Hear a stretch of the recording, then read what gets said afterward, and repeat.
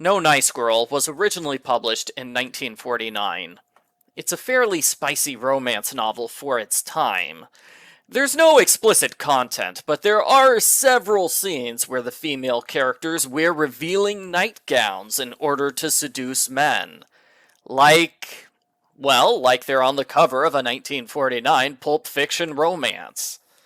Argo Funk Book Review. Argo Funk Book Review. Our book's villain, Anice Mayhew, stays up all night to spy on her next door neighbor. Anice sees the neighbor is having an affair with a wealthy businessman. Anice blackmails him for $5,000 and leaves town. In New York City, Terry McLean is madly in love with Phyllis Gordon. The two of them are lovers, and he often begs her to marry him. Phyllis says she can't because she thinks she's in love with her boss, Mr. Rutledge. Phyllis learns her cousin Anice is coming for a short time. Phyllis hates Anice. She warns Terry not to be fooled by Anice's fake, innocent young girl routine. She is no nice girl.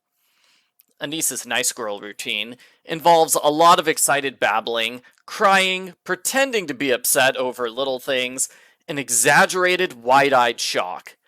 She makes a lot of veiled, nasty comments about Phyllis's life, making it seem like Phyllis is a drunk and a trollop. Anice lies about when she came into town and how much money she has. Anice says she's going to find her own place to live, but she'd rather live rent-free with Phyllis. That way she can spend more of her blackmail money on outfits for herself. Anice quickly takes over the apartment. She fires the maid without permission and insists on getting her own bed. When Phyllis objects, Anice starts crying and she makes Phyllis out to be an unreasonable villain. Some months later, Phyllis has to work late with her boss. When this happens, Anice invites Terry inside the apartment. She attempts to seduce him. I don't know why. Why is she making a pass at her cousin's boyfriend? She doesn't like her cousin. She doesn't like Terry. It doesn't make sense. Anyway, Anice attempts to seduce Terry by wearing revealing clothing. He refuses to go along with it, and his insults only make her more determined to seduce him. Terry flips the tables on her by passionately grabbing her and kissing her to see how far she's willing to go. Phyllis walks in on them together. She is amused by the scene. Anice tries blaming Terry for everything. When Phyllis doesn't believe it, Anice drops her nice girl act and starts swearing. Phyllis uses the event as an excuse to finally force Anice to move out. When it comes time for Anice to leave, though, she puts on such a convincing crying act that Phyllis agrees to let her stay. No, Phyllis, don't let her ruin your life like that. Mr. Rutledge gets engaged, much to Phyllis's dismay. Terry makes an offhand comment that Phyllis should get Mr. Rutledge out of her system by sleeping with him. Phyllis takes this suggestion seriously, and oh no, this cannot possibly end well. Phyllis starts wearing revealing clothing at work. One night, when she works late with Mr. Rutledge, she orders dinner and cocktails. She's very seductive, and just as Mr. Rutledge is about to give in to her advances, his fiancée interrupts. She's amused by the whole scene. That's twice in the book a woman has been amused when she walks in on her boyfriend kissing another woman. I don't think people are that forgiving in real life. The fiancée is here because she got an anonymous call warning her to check on Mr. Rutledge. Gee, I wonder who the anonymous caller could have been. Who would want to ruin Phyllis's life?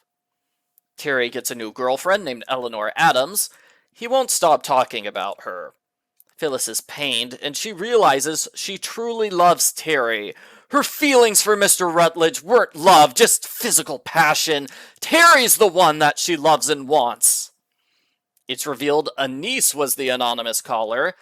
Anice and Phyllis have a huge fight, where Anice makes no attempt to hide her burning hatred for Phyllis. Anice finally moves out for good. Anice puts on her most revealing clothing and goes to Mr. Rutledge's office. She fools him with a sad story about how her cruel cousin kicked her out into the cold. Rutledge arranges for her to spend the weekend at his mansion. The staff at the mansion don't fall for Anice's nice girl routine. The maids are so rude to Anice, she decides she's going to marry Mr. Rutledge just so she can fire the maids. That's exactly what happens. Anice convinces Rutledge to elope with her, even though this is only the second time they've had a real conversation. Rutledge comes across as a huge dope in these scenes. Yes, Anice tells him a fake sad story and puts on a convincing nice girl act, but that should not be reason enough for Rutledge to abandon his fiancée in favor of a woman he barely knows.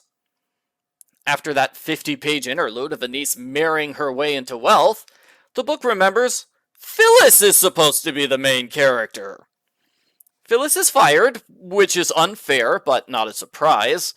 There's a happy ending where Phyllis confesses how much she loves Terry. He confesses that Eleanor's not real. He made up a fake girlfriend to make Phyllis jealous. His plan worked. The two of them get married. The end. Post-book follow-up.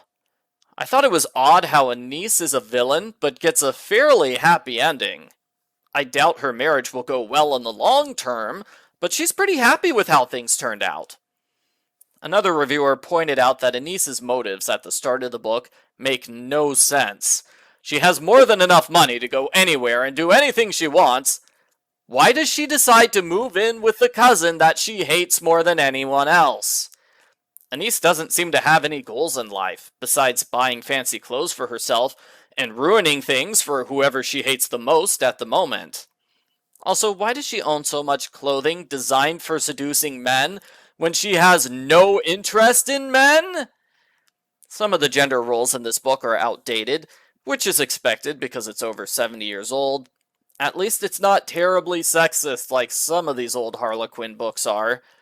The romance is one of the weaker aspects of the book, as the author is clearly more interested in having Anice ruin Phyllis's life than anything else in the story.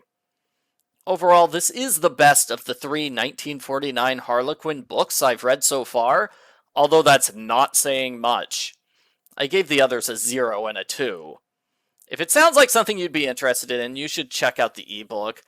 I was displeased with Anice for most of the book, but I was still invested enough in the story to want to see how Phyllis gets a happy ending. I give Harlequin number 16, No Nice Girl, a 6 out of 10.